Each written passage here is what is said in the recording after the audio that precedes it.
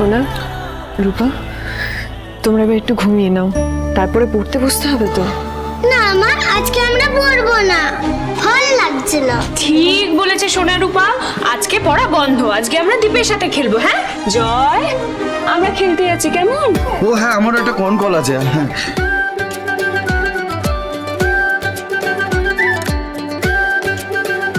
হ্যাঁ আমি কিচেনে গিয়ে দেখি বরং খাওয়া দাওয়ার ব্যবস্থা কতদূর এগোলো। হ্যাঁ গিয়ে চলো, আমি চল চল চল যাই আয়, আয়।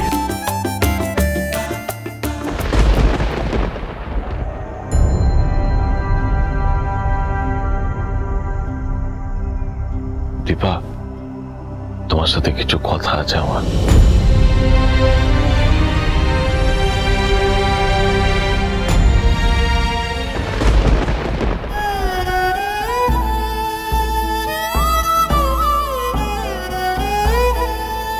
দীপা প্লিজ।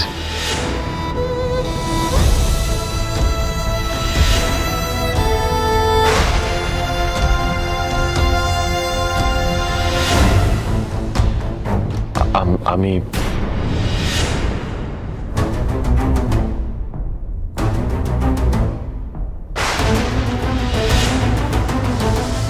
আমি জানি আপনি কি বলবেন, তাই আমিই বলি। আমি এই বাড়িতে এসেছি শুধুমাত্র মেয়েদের জন্য, কারো স্ত্রী, কারোর পুত্রবধূ, কারো মেয়ে হয়ে না, একজন মা হয়ে এসেছি।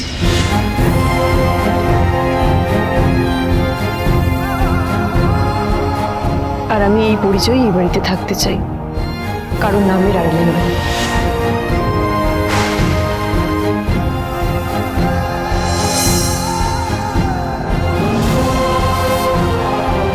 তার মানে তুমি আমাকে আমাকে ক্ষমা করুন। তুমি সোনা রূপার মা তাদের বাবাকে ক্ষমা করেছে, কিন্তু আপনার স্ত্রী দীপা আপনাকে ক্ষমা করেনি ডাক্তারবাবু।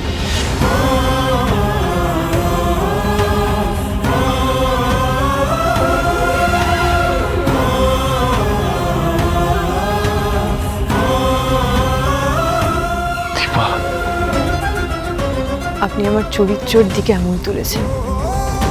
কেন আমার মেয়ে বঞ্চিত হবে তার বাবার ভালোবাসা থেকে? কে বাবা? কে বাবা? কার বাবা? তুমি কার বাবার কথা বলছো? ওই সন্তান আমার নয়। আয়নার সামনে দাঁড়িয়ে দেখেছো নিজের চেহারাটা একবার? কতটা ঘৃণ্য মানুষ তোমার মধ্যে লুকিয়ে আছে। লজ্জা করো না? এত নোংরামি, এত পাপ করছো, একটু লজ্জা নেই শরীরের মধ্যে? যে অসম্মান অপমান আমায় করেছিলেন, সেই ঘা এখনো দগদগে হয়ে আছে ডাক্তারবাবু।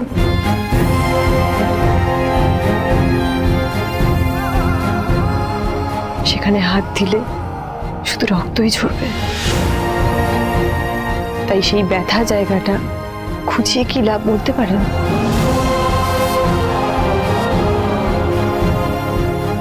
তাই বলছি, যেমন আছে তেমনটাই থাকতে দিন।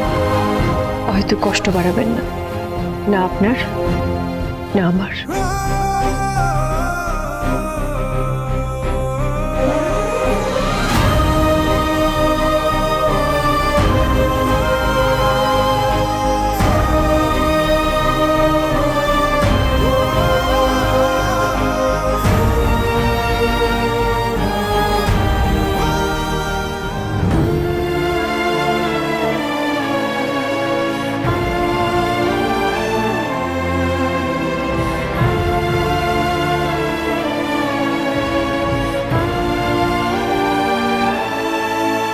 যাচ্ছি, দৌড়ে যাবো, ছুটে আসবো, পড়ে গেলে উঠে আসবো। ডাক্তার বাবু কোথায় চললেন? দাদাই,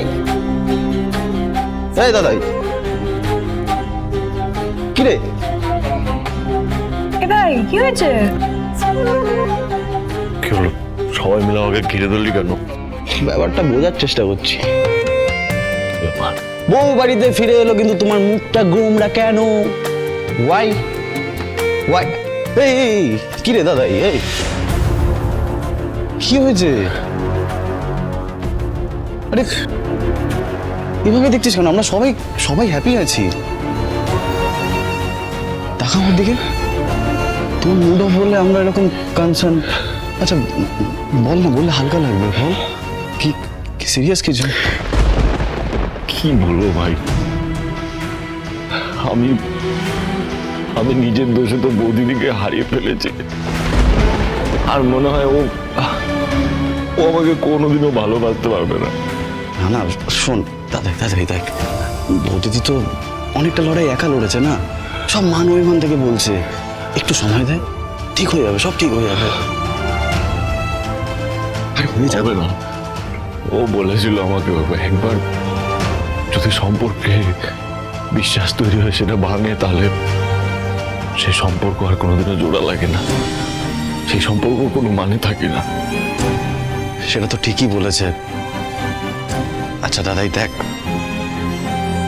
তুই যে কষ্টটা পাচ্ছিস সেটা বৌদিদি অনেক বছর ধরে পেয়ে এসছে, আর সেখান থেকেই হচ্ছে এই সব কিছু ঠিক হয়ে যাবে। তুই একটু সময় দে, আমার কথাটা শোন, সব ভালো হয়ে যাবে। না হবে না, কিচ্ছু ঠিক হবে না। ভাই ভাই দেখ, আমার দিকে তাকা, আমার কথাটা শোন। দেখ, একটা ছেলের ভালো থাকার পেছনে কিন্তু সবসময় একটা মেয়ের হাত থাকে ভাই, এই কথাটা কিন্তু তুই ভুলে যাস না, মনে রাখিস। কিন্তু দিদিয়া, আমাদের দাদা এই মুহূর্তে ভালো নেই, আর সেটা শুধুমাত্র বৌদিদির জন্য। কেন? এতে তো দীপার কোনো দোষ নেই। আচ্ছা ভাই, আমার সাথে যদি আমার হাজবেন্ড এরকম কিছু করতো, তাহলে আজ আমি দীপা যা করেছে এক্স্যাক্টলি তাই করতাম। দীপার তো এতে কোনো দোষ নেই। আমি দীপারই দলে। আমি কিন্তু দাদাইয়ের দলে। আমার দিদিটা অনেক কষ্ট করেছে আজ পর্যন্ত। এখন খুশির দিন এসেছে ঠিকই, কিন্তু আপনাকে যতক্ষণ না ও মন থেকে মেনে নিতে পারছে, ও নিজেও শান্তি পাবে না।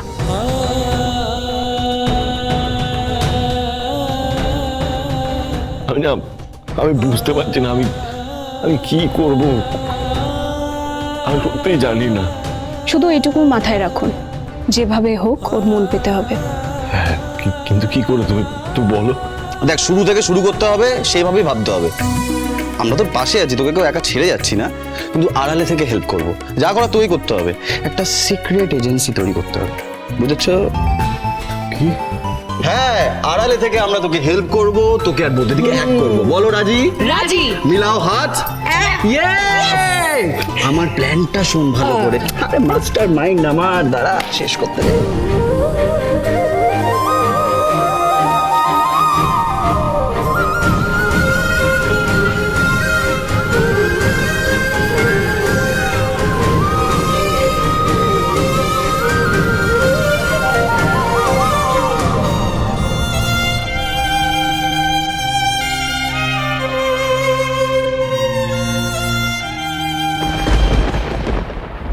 মা, আপনি কখন এলেন? আমি খেয়ালই করিনি।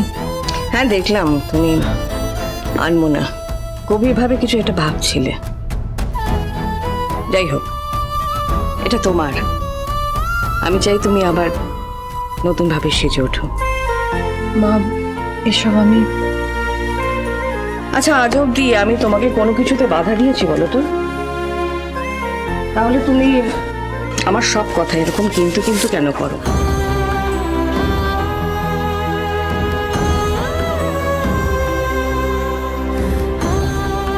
তুমি ঠিক যা চাইবে আজও তাই হবে। তোমার এই মা আগেও তোমার পাশে ছিল, আজও আছে দীপা। আমি জানি তুমি অনেক কষ্ট পেয়েছো, আমি জানি তুমি অনেক কিছু থেকে বঞ্চিত থেকেছো, তাই বলে একে তুমি বঞ্চিত করো না।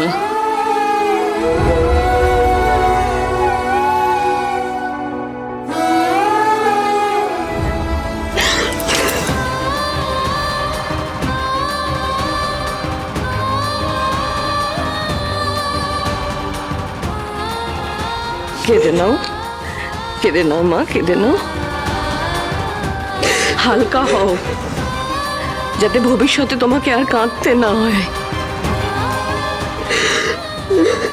শোনো,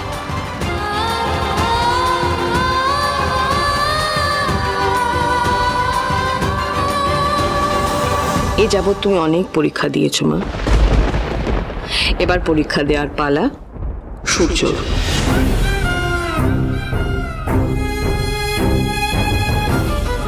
মা, আপনি এই কথা বলছেন? না না না না না, ওভাবে বলো না।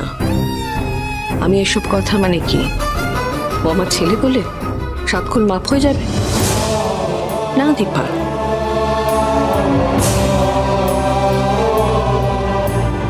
সোনা আগুনে পুড়েই খাঁটি হয়, নইলে সে সোনা কিসে? আমি চাই তুমি সূর্যর পরীক্ষা নাও, ও আগুনে পুড়ুক তোমার মতো, তাহলে তোমার মতো খাঁটি হবে।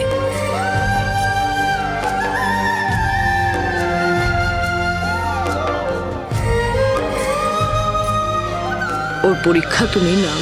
অনুরাগের ছোঁয়া, অনুরাগের ছোঁয়া।